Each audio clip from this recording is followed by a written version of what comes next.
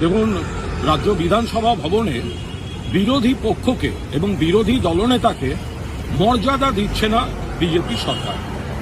বিরোধী দলনেতা শ্রদ্ধেয় শোভনদেব চট্টোপাধ্যায় আজ শুক্রবারও তার নির্দিষ্ট ঘর এবং বিরোধীদের ঘর তারা খোলেনি। যেখানে শোভনদেব চট্টোপাধ্যায় যে বিরোধী দলনেতা হচ্ছেন সেটা দলের তরফে আগেই জানিয়ে দেওয়া হয়েছিল স্পিকারকে, কিন্তু স্পিকার অসৌজন্যমূলকভাবে গোটা বিষয়টা জটিলতায় ঠেলে দিয়েছেন। এর আগে সিপিএম এর সময় হাসিম আব্দুল হালিম, তৃণমূল কংগ্রেসের সময় স্পিকার আমাদের বিমান বন্দ্যোপাধ্যায়, তারা দলের চিঠিকে সম্মান দিয়েছেন। এখানে হঠাৎ নতুন জটিলতা, দলের মিনিটস, দলের সই, অভ্যন্তরীণ ডকুমেন্ট দেখতে চাই।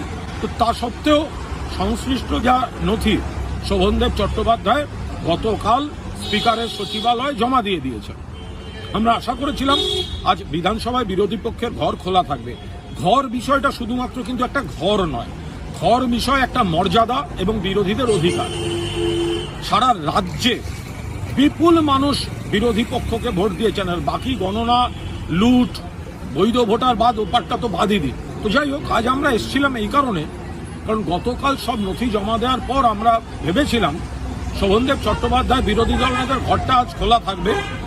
শোভনদা, মাননীয় বিরোধী দলনেতাকে আমরা ভেতরে ঢুকিয়ে তাঁর আসনে বসাবো। সেই জন্য আমরা কয়েকজন এসেছিলাম। এসে আমরা অবাক যে এখানে পুরো বন্ধ, কোনো উত্তর নেই। বলছে স্পিকার কলকাতার বাইরে। আরে, তার সেক্রেটারিয়েটে কাগজ জমা দিয়েছে। আজকালকার দিনে কাগজ জমা দিলে তার ছবি পাঠানো বা আলোচনা করে নেওয়া কোনো প্রবলেম, ফলে খোলা হয়নি। তখন আমরা যে কজন ছিলাম, কারণ আমরা তো জানতাম না আজকে কোনো বিক্ষোভ কর্মসূচি করতে হবে, আমরা তো এসেছিলাম ওনাকে ঘরেই ঢোকাতে, তো ঘর বন্ধ।